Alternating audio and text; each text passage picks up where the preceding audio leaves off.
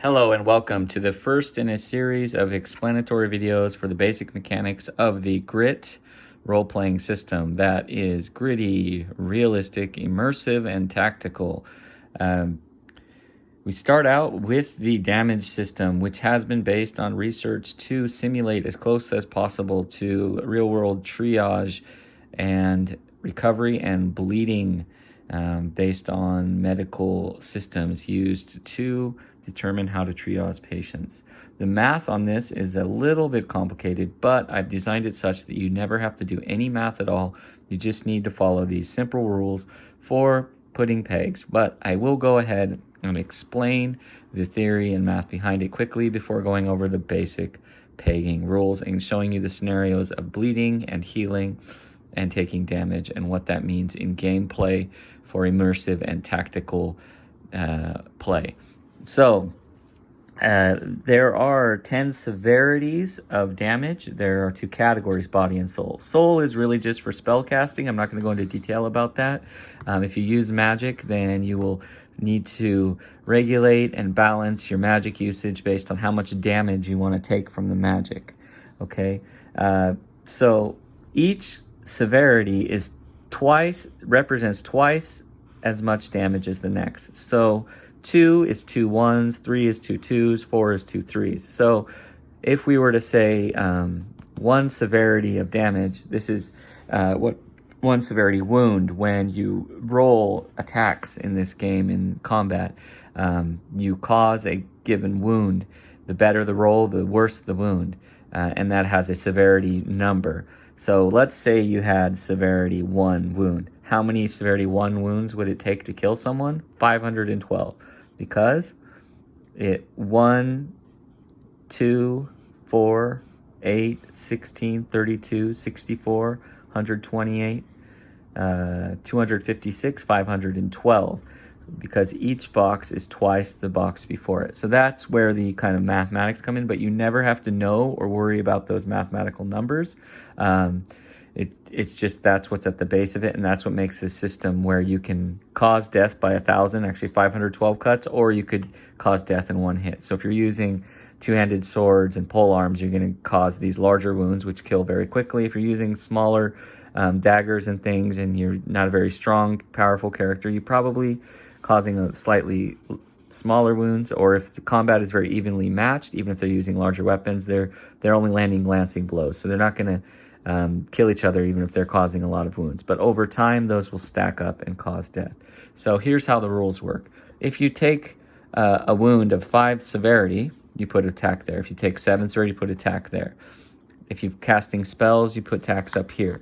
Now, when you are damaged, when you have damage, when you've been taking wounds, every time you take an action, you take a penalty to those actions based on half of your worst severity in your worst category. So in this case, body damage is worse, so you ignore soul, and you take half of the worst, rounded down, so this is 7. So that's going to be a -3 for body. So that this person takes a -3 to all their actions if this is the damage state that are in, okay? So that's how the damage works. And for penalty to action. So whenever you're injured in combat, you're going to notice that your character is not effective, and you're going to want to try to utilize healthy characters. You're going to want to avoid being damaged so that you can be as effective as possible. But you're still going to, at the most, you're going to have is a -4. So you're not going to be completely, that's on a D20. So it's not going to completely make you incapable of acting. And then if you get to 10, that's unconsciousness. So obviously, so the worst you get is a -4. Now, when you take a severity of damage in a category that you already have damage, so you've already got a 5, in the next round you take another 5 severity damage. Well, as I said, 6 is 2 5. So whenever you take a peg in a box, you already have one, you just move the peg up. It's that simple. If you have a row of pegs, it just goes in a chain reaction. 2 4s is another 5, 2 5s is another 6, 2 6 is another 7. So you go from that row just to one higher than the row if you hit on the bottom of the row. Again, if we had a row and you hit somewhere in the middle, then you just, let's say you hit a 5 and you had a row of damage already suffered like this, you just take these 3 out. 7 was the highest, so now you've got a spot in 8. That's all it is. Very, very simple. Okay, Now you're bleeding, so I'm gonna go over bleeding real quick, and this just follows the same thing. If you've taken 6 severity damage, any damage will cause bleeding. Then the next round, if you don't roll to stop bleeding, which is possible, and the worse your wound is, the harder it is to pass that roll to stop the bleeding. But if the bleeding doesn't stop naturally, which it often won't, you need a surgeon, or you need to try to make a surgeon roll on yourself to stop your bleeding. If you don't, the start of the next round, you take 1. And the next round, and until you stop bleeding, you're going to take 1 every single round. So first round after bleeding, you take a 1. Second round, you take another 1. That upgrades to 2 because you had 2 in that box. Third round looks like that. Fourth round goes up to that. Fifth round, take another 1. Sixth round, that upgrades. Seventh round goes in. Eighth round. As you see, so the bleeding will just keep building up like this round to round if you don't stop the bleeding. And slowly you'll bleed out. If you start here, it would take you about 50 minutes from the most minor wound. It takes about 50 minutes since rounds are 6 seconds each to get to here. If you took a really severe wound, like a 9, then it would take about 20 minutes to bleed out and die from the bleeding on that. And that's not exact, but I mean, 20 to 50 minutes. You can bleed out actually, you could potentially bleed out a lot faster than that in real life. But 20 to 50 minutes is actually a pretty good shock and bleed out to death for different severities of wounds in the real life. There's obviously scenarios where people bleed out more slowly than that. But like with internal bleeding, this also would count for internal bleeding, includes the concept of internal bleeding. But in general, it's a pretty close to about what would happen in real life on a battlefield. If someone was injured, how quickly you need to get to them, how quickly they were bleeding out, how much damage they take, and how much they are kind of immobilized and suffer from the kind of wounds and progressive stacking up of taking multiple different types of wounds and slowly bleeding out over time. Gruesome, gritty, that's the point of the game. So you can get immersed in this idea of a real gritty combat scenario. Now I'm going to go over healing. Healing is a little more complicated, but not really. So I'm just going to put in some random damage and say this character's got some random damage going on. Now the most simple scenario for healing is that if you heal of a severity, this is spells or daily. We'll just go over spells first. So let's say you are healed 3 severity healing spell and you had 3 severe damage. Well, you just remove that peg. Very simple. Let's say you're healed 3 severity. You don't have anything there, but you have something damage in a higher category.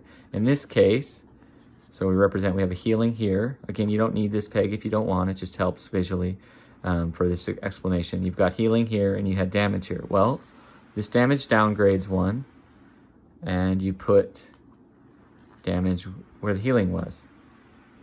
That simple. So it's just, you don't need to worry about math or anything. So let's say it was this far apart.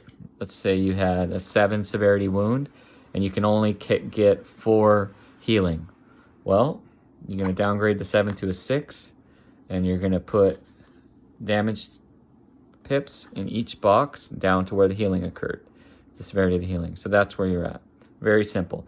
If you receive healing of, say, severity 7 and you don't have any damage of that or worse, then it's very plainly going to clear everything out below it, and that's full recovery. So whatever you've got all this damage built up, if you take a healing, if you've got pegs anywhere down in here and you take healing of this severity, it's just going to clean you out and it's going to bring you to full restored complete health. Now with healing over time, you see every day most characters are going to recover 1 or 2. Let's say you just heal a 1 every day. So the first day, if you had 4 severity wound, the first day you're going to go down to this. The second day you're going to go to this. The third day you're going to go to this. The fourth day you're going to go to this. Fifth day you're going to go to this. So you can see that over time wounds heal, but a character over time, if they've been wounded, if they've been stabbed or cut or hit in the head hard, they're not going to just wake up fully recovered the next day. They're going to have this slowly recovering, slowly reducing damage state. So they're going to have this constant kind of damage on them until they're fully recovered, and always have just a small penalty to their actions based on that wound that they're suffering from the last combat they were in until they're fully recovered. Okay, that's it. Have a good day. Bye.